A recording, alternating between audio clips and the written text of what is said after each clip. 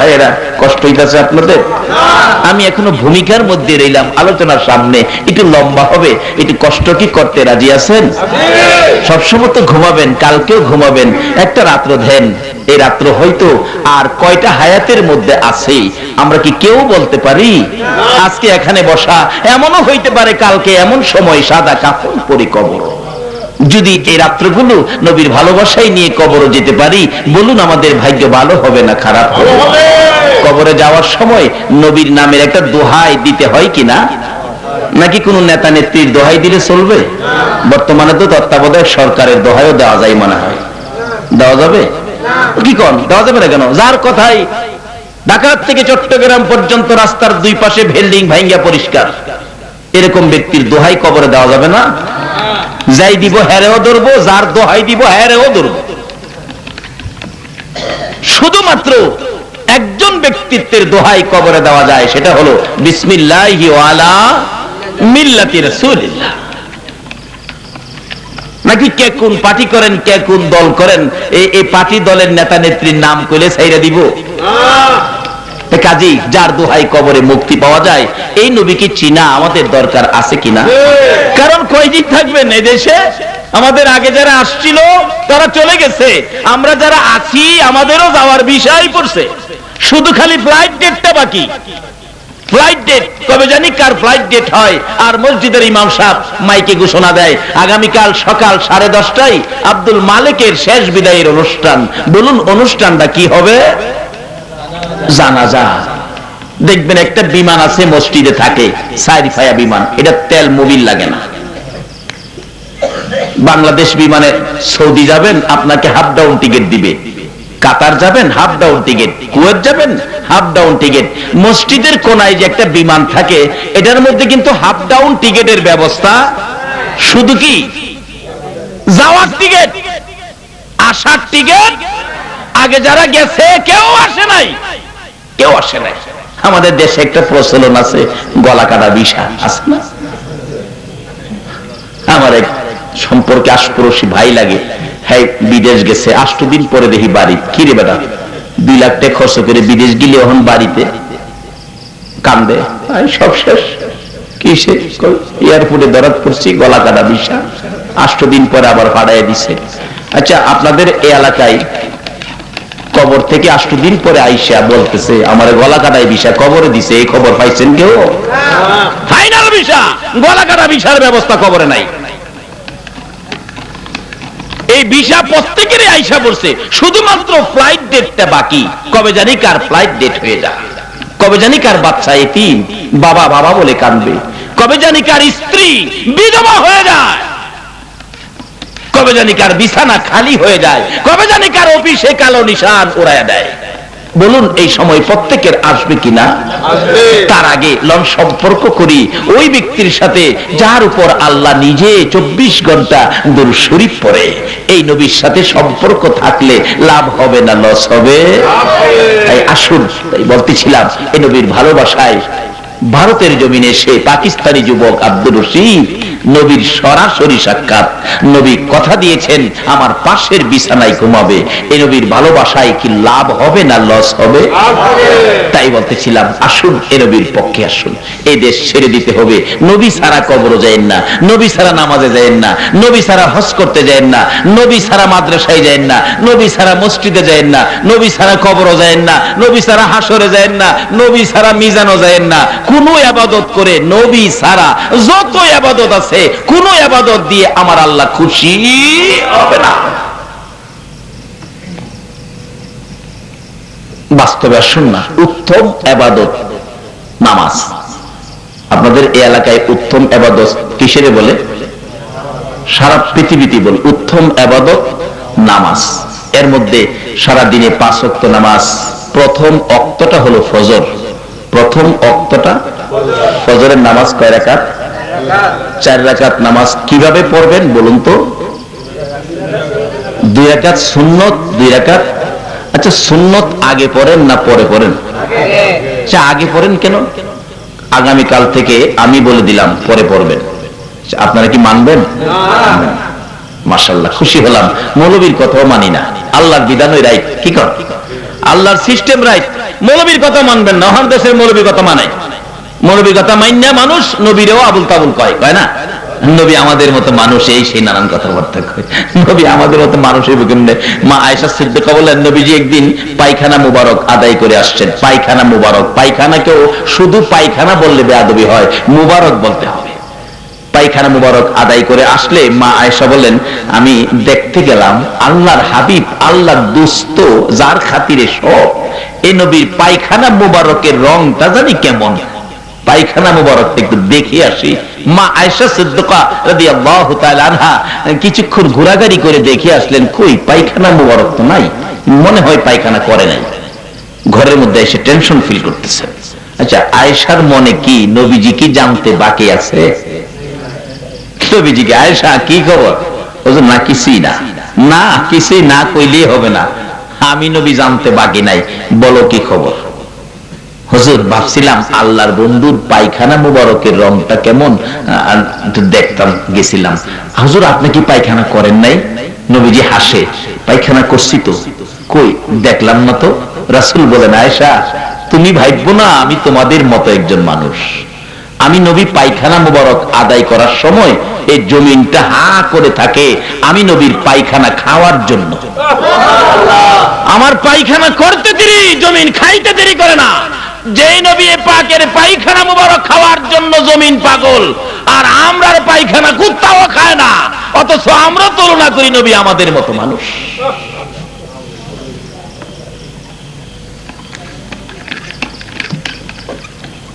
কাজী এরকম নয়। আসুন আমরা নবীকে নবীর জায়গায় রাখি। আল্লাহ নিজে ঘোষণা দিয়েছেন, বন্ধু আমি আল্লাহর ওয়াহদানিয়াতের মধ্যে কোনো শরীক নাই, তুমি নবীর রিসালাতের মধ্যে কোনো শরীক নেই। কিন্তু আমরা কেন এখানে শরীক করতে যাই? আল্লাহ আমাদেরকে সঠিক জায়গায় রাখো, সকলে বলুন আমিন। বলতেছিলাম ফজরের নামাজ 4 রাকাত, প্রথম 2 রাকাত সুন্নত, পরে 2 রাকাত। সুন্নত আগে দেওয়ার অর্থ কি? সিস্টেমটা কেন করলো? আজকে আমি যদি বলি কালকার থেকে ফজরের সুন্নত পরে পড়বেন, আপনারা কেউ মানবেন না। আর এটাই সিস্টেম, এই বিধান সিস্টেম যেটা, এটাই মানবেন। কারণ মৌলবীর কথাই কেউ আন্তাজি মান্তাজি দল গঠন করেন না, কোরআন হাদিসের কথাই যাবেন। মৌলবী ভুল করতে পারে, কিন্তু কোরআন হাদিস ভুল করে না। মৌলবীর কথাই মনে যাচ্ছে তা করেন না, কোরআন হাদিসের পক্ষে যান, মৌলবীর পক্ষে নয়। তবে আমার বিশ্বাস হয়ে গেল আজকে আপনারা মৌলবীর পক্ষে নয়, কোরআন হাদিসের পক্ষে। আমি বললাম আগামীকাল থেকে ফজরের সুন্নত পরে পড়বেন, আপনারা কেউ মানেন নাই। আল্লাহ আপনাদের হায়াত দেখ, আল্লাহ সঠিক পথে কবুল করুক, সকালে বলুন আমিন। ফজরের সুন্নত আগে, ফরজ পড়তে হয় পরে। আচ্ছা বলুন, সুন্নত আগে ফরজ পরে, সুন্নতটা আগে 2 রাকাত পড়বেন, এটা কার স্মরণে পড়বেন বলুন? তাইলে এই ইবাদতের 5 ওয়াক্ত উত্তম ইবাদত নামাজ, 5 ওয়াক্তের প্রথম ওয়াক্ত ফজর, এখানে আগে নবীর স্মরণ লাগবে নাকি? আল্লাহু আকবার বলুন। এত সুন্দর সিস্টেম করেছেন আল্লাহ তার হাবিবকে বোঝানোর জন্য, তারপরেও যদি আমরা এই নবীকে নিয়ে টানা হেসরা করি, কাজটা কি ভালো হবে? আল্লাহ পাক সিস্টেম করেছেন এই নবী আগে, এই নবী না হইলে এই নামাজও হইতো না।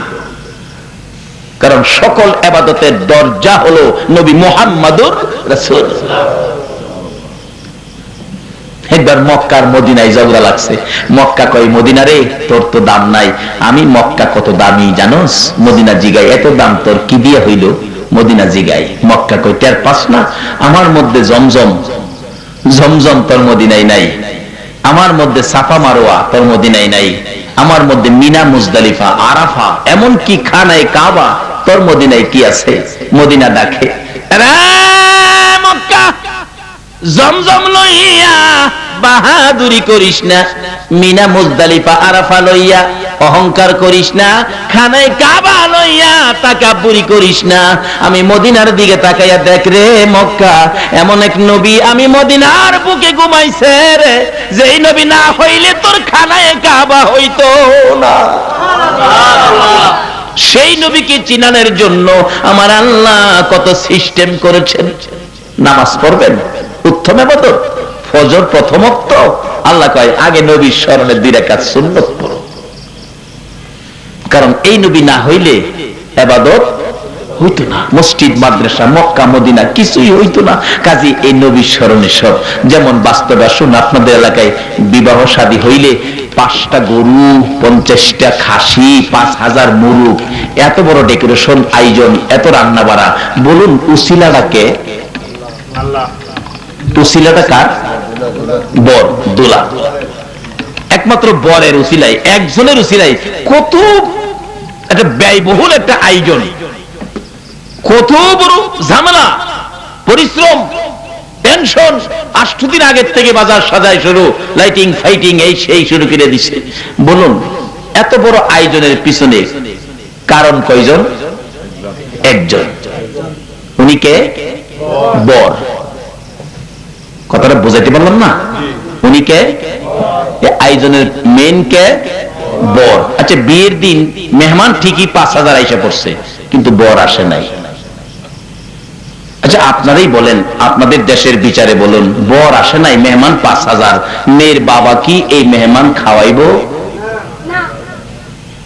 মেহমানের দিকে চাইতেই না, খালি দেখবো গিরে গিরে বর কই। কিরে ভালো, বরের খবর কি? এমনি দেখে বরের বাবা আইছে, বিয়াই কি খবর, ছেলে কোথায়? বিয়াই মনে দুঃখ নিন না, খানা দানা খাওয়ান, ছেলে আজকাল 8টার ফ্লাইটে মালয়েশিয়া চলে গেছে। আচ্ছা বলুন মেয়ের বাবা, এই আয়োজন কি ছেলে পক্ষের কাউরে খাওয়াইব? যদি একটু গরম হয় লাড়ি লইব,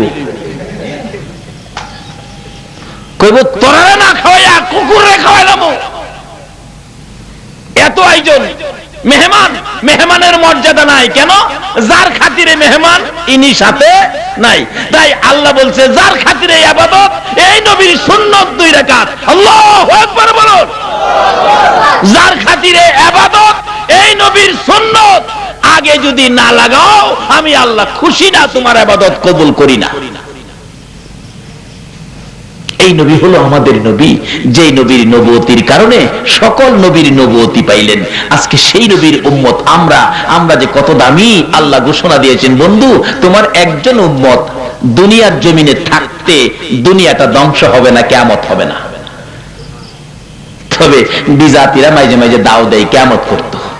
একবার আইছিল না চট্টগ্রাম, আসে নাই কিয়ামত? কয়েক বছর আগে নির্ধারিত টাইম করে দিল কোন বিজ্ঞানী, দুনিয়া বলে কিয়ামতে যাবো, দুনিয়াটা হের বাপের। আর হ্যাঁ এরকম কি আমরা মুসলমানও দেখছি, মাশাআল্লাহ জিনিসপত্রের দাম বাড়াই লাগছে। কয় মুখ তারিখে তো শেষ, যা খাইবার খাইলা, জি ফুলা কবরদা বাড়িতে নাইছে, নাতি নাত করে দেখা যাইতো, ইমান হারা হয়ে গেছে। নাউজুবিল্লাহ। বলুন কোন বিজ্ঞানীর কথা সত্য হবে না রাসূল পাকের কথা সত্য হবে? রাসূল তো কিয়ামতের নমুনা দিয়ে গেছেন, বহু দূরে আছে কিয়ামত। এগুলি আজকে আলোচনা নয়, কিভাবে হবে, কিভাবে আসবে, এটি অন্য দিন। আসুন আমরা সেই নবীর উম্মত, যে নবীর উসিলাতে কুল কায়নাত। আজকে সেই নবীর আদর্শ মুসলমানদের কাছে নাই বিধায় আজকে মুসলমানদের অধপতন। যেই নবীর উম্মতের এত সহজে আল্লাহ পাক মাপ দিয়ে দেন। আমার আলোচনাটা ছিল সেখানে, তারপর আমি কোরআন শরীফ থেকে যা তেলাওয়াত করেছি, হাদিস শরীফ থেকে আলোচনায় যাইতেছি, একটু লম্বা হয়ে যাইতেছে, আপনাদের কষ্ট হয় না তো? আবার একটু কষ্ট করেন নবীর পক্ষে। নবী যদি না খাইয়া আপনার আমার জন্য পেটে পাথর লাগাইতে পারে, আমরা কি একটা রাইতের কিছু সময় দিতে পারবো না? যারা এই নবীকে চিনেছে, নিজের জীবনটা পর্যন্ত দিয়ে দিছে, আমরা শুধু রাত্রের কিছু সময় দিব, রাজি আছি না? তাই আসুন, বলতেছিলাম আমার নবী রওনা হলেন। এই নবীর ভালোবাসায় কি পাইবেন সেটার পরেই আমি আমার বাস্তব আলোচনায় যাচ্ছি। সঠিক পথ রাসূলের পথ, সঠিক পথ রাসূলের আদর্শের পথ। কাজে এই পথটাকে ধরতে পারলেই আমাদের মুসলমানদের শান্তি, মুসলমানদের বিজয়। এবার নবীজি যাইতেছেন আবু বকর সঙ্গে, মুখের মধ্যে হাত বুলাইলে, আগে বাড়িঘর ছিল না, এখন বাড়িঘর। কথাটা খেয়াল আছে? এখন তো বাড়িঘর দেখা যায়। হুজুর একটা বাড়ি তো দেখা যায়। রাসূল বলেন তা যাও বাড়িতে কে আছে দেখো। একটা দৌড় দিলেন, যায় দেখে বাড়ির গেটে যে নাম লেখা আচ্ছা, নামের থেকে কে মুসলমান, কে ইহুদি, কে খ্রিস্টান, কে হিন্দু বোঝা যায় না? একটু বাড়ির গেটে নাম লেখা নিবারণ চন্দ্র সাহা, তাহলে আপনারা কি মনে করবেন? হিন্দু। একটা বাড়ির গেটে নাম লেখা চৌধুরী মোহাম্মদ আব্দুর রহমান, এটা কি ভাববেন? মুসলমান। আবু বকর বলেন, বাড়ির গেটে নাম দেখে বুঝে ফেলেছি এই লোকটা ইহুদি, কারণ ইহুদির বাড়ির খাউন মুসলমান খাইতে পারে না। দৌড়া এসে পড়ছে, ইয়া রাসূলুল্লাহ, বাড়ি আছে ঠিক, কিন্তু খাবার সম্ভব হবে না। কেন? গেটের মধ্যে নাম দেখিয়েছি, নামে বুঝে ফেলেছি লোকটা ইহুদি। ইহুদির বাড়ি খাবার না খাইয়া মরে যাবো হুজুর, খাইতাম না। রাসূল বলেন, এত পেটে খিদা, একটা কাজ করো, কি দেখো না বাড়িতে কেউ আসেনি, যাও। বাড়ির দিকে তাকায় দেখে আবু বকর একটা মহিলা দেখা যায়, পালঙ্গের মধ্যে বসা, খাটের মধ্যে বসা, খাটের নিচে ছোট্ট একটা ছাগলের বাচ্চা, আর কেউ নাই।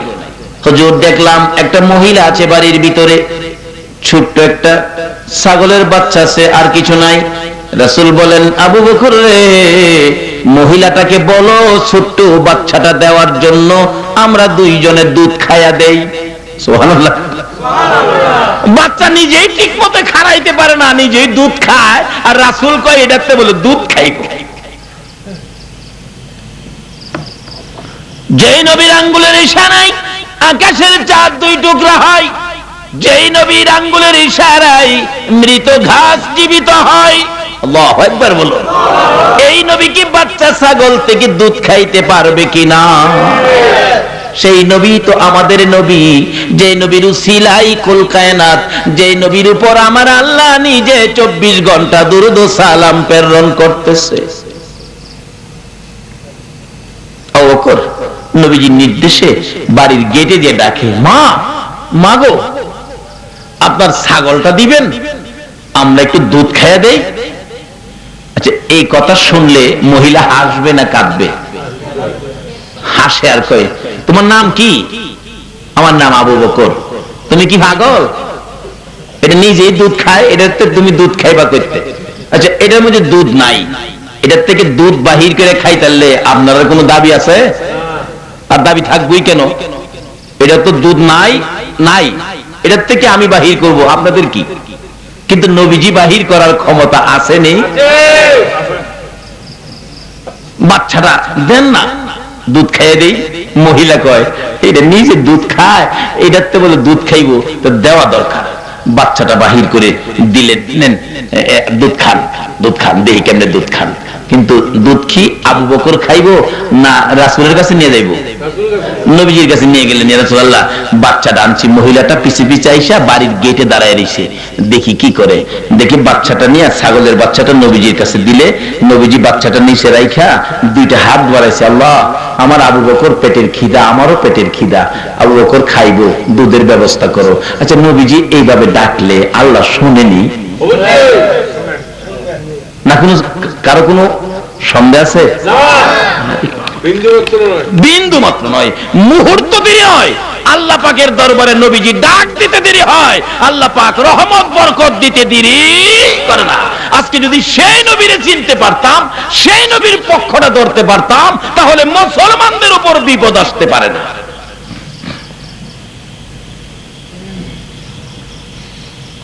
কিভাবে? এক আল্লাহর ওলির জীবনী, কষ্ট হবে আপনাদের? এক আল্লাহর ওলির জীবনী, ওলির নামটা আমার মনে নাই, যদি মনে থাকে কারো বলে দিয়েন, খুশি হব। মনে নাই আমার। সেই ঘুম থেকে স্বপ্ন যুগে ঘুমের ঘরে দেখতেছে নবীজিকে। অনেক সময় নবীজিকে স্বপ্নে দেখা যায় না? নবীজিকে স্বপ্নে দেখতেছে, নবীজি এভাবে দাড়ির মধ্যে খাও যাইতেছে। আমরা অনেক সময় দাড়ির মধ্যে এভাবে খাও যাই না, তাই না? কি কোন খাও যায় না এভাবে? জি, যে কেউজনে কইছে হেরার দাড়ি নাই, যারা দাড়ি আছে হেরা কর না, তো এই কথাটা সুন্দর এভাবে খাও যাইতেছে। হঠাৎ হঠাৎ ওই আল্লাহর ওলি স্বপ্নে দেখে একখান দাড়ি মোবারক সুইটটা জমিনে পড়ে গেছে। অনেক সময় খাওয়া যায় দাড়ি ভাঙে না, ওই আল্লাহর ওলি কই নবীজির দাড়ি মোবারক সুইটে পড়ে গেছে, এটা জমিনে থাকতে পারে না। স্বপ্নেই দাড়ি মোবারক ধরছে, দইরা মুট করে ঘুমের ঘরে ঘুমিয়েছে। ওই আল্লাহর ওলি বলেন আমি ঘুম থেকে উঠে দেখি আল্লাহর কসম নবীজির দাড়ি মোবারক দিয়ে আমার হাতের মধ্যে এখনো আছে। আসলে নবীজির স্বপ্নটা স্বপ্ন নয়, এটা বাস্তব।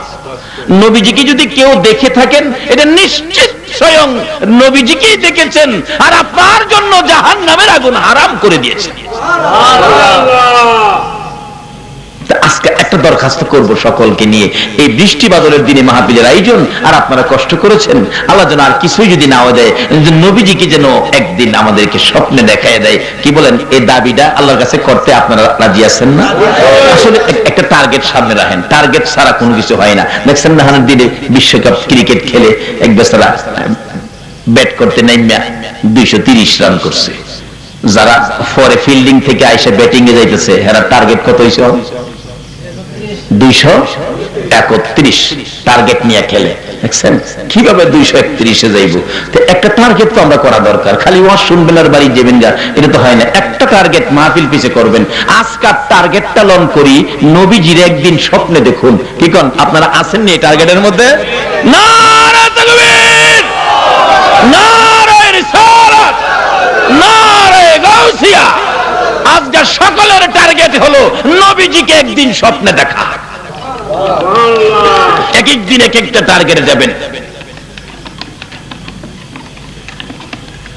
আজকের টার্গেট নবীজিকে স্বপ্নে দেখা। যাই হোক, আসুন আমার আলোচনায় যাই। এবার বাচ্চা নবীজির হাতের নিচে নবীজি দোয়া করতেছেন। বলুন, নবীর দোয়া আল্লাহ কবুল করেনি? আল্লাহ, আবু বকরের পেটের খিদা, দুধ খাইব, আমারও পেটে কিছু খিদা, ব্যবস্থা করো। আবু বকর বলেন, আমি তাকে দিলাম। নবীজি হাত মনাদাতে থাকতে থাকতে ছোট্ট বাচ্চাটা, ছাগলটা বড় হয়ে গেছে, বড় হইয়া দুধ পড়তে শুরু করছে। এটা কোন দলের আলেম অস্বীকার করার কোন ক্ষমতা নাই, কোন দলের আলেমের অস্বীকার করার ক্ষমতা নাই।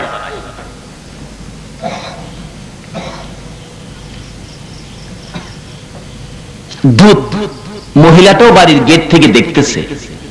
মহিলাটা ঘরে কি আশ্চর্য, এই লোকটারও তো চিনলাম, আবু বকর, যে লোকটা দোয়া করলে ছোট বাচ্চা বড় হইয়া দুধ দেয়, এই লোকটা জানি কে, জিগাইলাম না। আমার নবী বলেন, আবু বকর রে, দুধের ব্যবস্থা হয়েছে, যা যা মহিলাটার কাছ থেকে দুধের বান্ড নিয়ে আসো। বান্ড নিয়ে আসলেন, নিচে ধরলেন, দুধ দোহন করবেন। বালতি ভরে গেল বরকতের দুধে। আল্লাহু আকবার বলুন। আমার নবী বলেন, আবু বকর, পেটে খিদা লইয়া রে, খা, বেশি করে খা। আবু বকর বলেন, ইয়া রাসূলুল্লাহ, আমি আগে কিভাবে খাবো? আপনি নবী আগে খান। নবীজি আগে খাইলেন। বলুন, দুধের দাম আরো বাড়ছে কিনা? হ্যাঁ, নবী আগে দুধ খাইলেন, তারপরে আবু বকরের হাতে দিলেন। আবু বকর বলেন, নবী পাক পেট ভরে খাইলো, আমি আবু বকর পেট ভরে খাইলাম। আল্লাহর কসম, আগে যা ছিল এখনো দুধ তাই দেখা যায়। নবী বলেন, আবু বকর আরো খাবিনি? না হুজুর, আর খাবো না। তাহলে দুধ সহ, বান্ড সহ, ওই ছাগলের বাচ্চা সহ বাচ্চার মালিকের কাছে ফিরাইয়া দাও। দুধ সহ, ছাগল সহ, বান্ড সহ নিয়ে গেলেন। মা, এই জেলাও তোমার ছাগল, এই জেলাও তোমার দুধ, এই জেলাও তোমার বান্ড, সব তোমারে দিয়ে গেলাম। এবার ছাগলের মালিক মহিলাটা ছাগল লইয়া ঘরের ভিতরে যাইয়া ডাকে, ছাগল রে, কার পরশে রে? বাচ্চা ছাগল বড় হয়ে গেলে, দুধ ছাড়া ছাগল দুধ দিতে শুরু করলে, কিতাব লেখি ওই ছাগলটা একটা না 30 বছর পর্যন্ত দুধ দিয়েছে, বাচ্চা বিয়ানের প্রয়োজন পড়ছে না। আমার নবীর মধ্যে বরকত আছে কিনা বলুন? মা বোনেরা, আসো না, এই নবীর পক্ষে আসো না। কেন এই নবীর পক্ষে আসবে না? তোমরা মহিলা হইয়া যখন এই পৃথিবীর জমিনে জন্ম নিতা মা বাবারা তোমাদেরকে কলঙ্ক মনে করে গলায় টিপে মারতো, গলায় ছুরি দিয়ে কাটতো, কোন মহিলাকে জীবন্ত কবর দিয়ে দিতেন কলঙ্ক মনে করে। তোমাদের এই অবস্থা ছিল।